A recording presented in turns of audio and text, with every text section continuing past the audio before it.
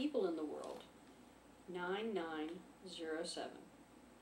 Evil walks among us. It does not take a genius to observe this. I have heard many people also say one of two things. The first is, if God lets this happen, why should I love God? The second is, I refuse to worship a God that causes such pain and suffering. I will do my best to explain the first statement. There are things in the world that are natural, diseases developed with us.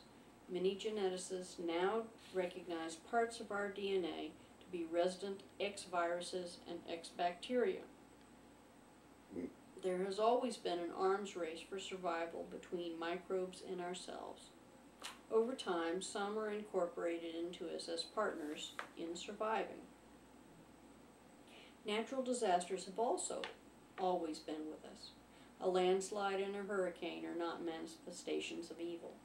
It is how we react to the events that can be evil. If you do not help the people around you when you are in one of these events, you are perpetrating evil.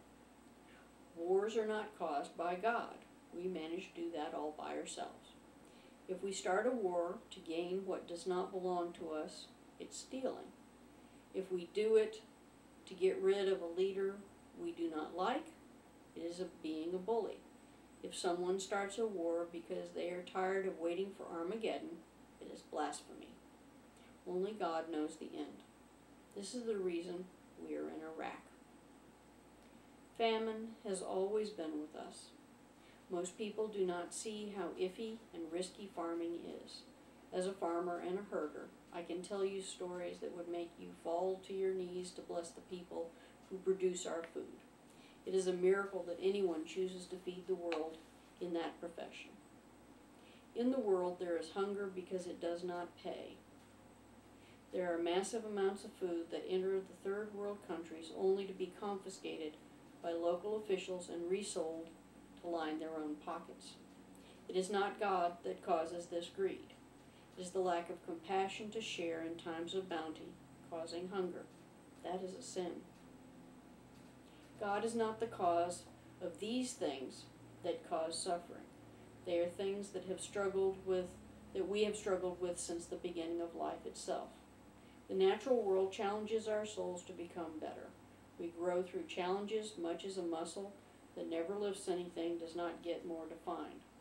The immune system that is not challenged turns upon itself. For instance, they have now figured out why so many more cases of childhood asthma are occurring. It is partially due to the total lack of brand new immune systems having something to fight against. When it is trying to identify possible threats and finds none, it starts attacking anything it can find. It identifies normal food and things in the environment as the enemy. It tags normal cells in their own bodies as the enemy. Having a moderately clean environment is one thing, sterilizing it is another.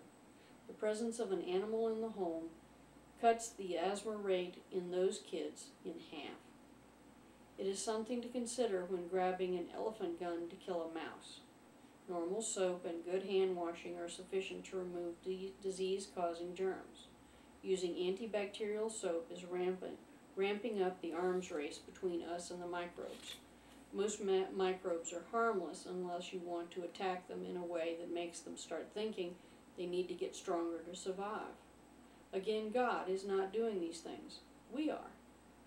In answer to the statement that a God who would allow suffering not being worthy of our love, I think I will let a greater mind than mine explain this apparent lack of caring on God's part. His name was Albert Einstein. This is a story set in the background of Albert's time at the university. It's titled, Does Evil Really Exist? A university professor challenged his students with this question: Did God create everything that exists? A student bravely replied, Yes, he did. God created everything? The professor asked. Yes, sir, the student replied. The professor asked, If God created everything, then God created evil, since evil exists. And according to the principle that our works define who we are, then God is evil. The student became very quiet quiet before such an answer. The professor, quite pleased with himself, boasted to the students that he had just proven once and for more that the Christian faith was a myth. Another student raised his hand and said, "Can I ask you a question, Professor?" "Of course," replied the professor.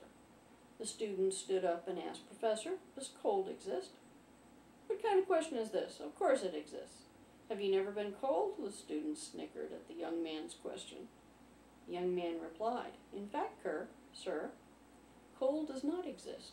According to the laws of physics, what we consider cold is in reality the absence of heat. Every body and object is susceptible to study when it has or transmits energy, and heat is what makes a body or matter have or transmit energy. Absolute zero is the total absence of heat. All matter becomes inert and incapable of reaction at that temperature. Cold does not exist. We have created this word to describe how we feel if we have no heat." The student continued, "Professor, does darkness exist?" The professor responded, "Of course it does." The student replied, "Once again, you are wrong, sir. Darkness does not exist either. Darkness is in reality the absence of light. Light we can study, but not darkness. In fact, we can use Newton's prism to break white light into many colors and study the various wavelengths of each color. You cannot measure darkness. A simple ray of light can break into a world of darkness and illuminate it. How can you know how dark a certain space is? You measure the amount of light present. Isn't this correct? Darkness is a term used by man to describe what happens when there is no light present." Finally, the young man asked the professor, "Sir, does evil exist?" Now uncertain, the professor responded, "Of course, as I've already said, we see it every day. It is in the daily example of man's inhumanity to man. It is in the multitude of crime and violence everywhere in the world. These manifestations are nothing else but evil." To this the student replied, "Evil does not exist, sir, or at least it does not exist unto itself. Evil is simply the absence of God. It is just like darkness and cold, a word that man has created to describe the absence of God. God did not create evil. Evil is the result of what happens when man does not have God's love present in his heart. It is like the cold that comes when there is no heat, or the darkness that comes when there is no light." The professor sat down. The young man's name was Albert Einstein. And so you see that God does not cause suffering. The things that make us suffer are either natural events, where it is our response to it that matters, or they are a result of our turning from our source of light and love. God bless you all. God bless the world, no exceptions. Angela Liza.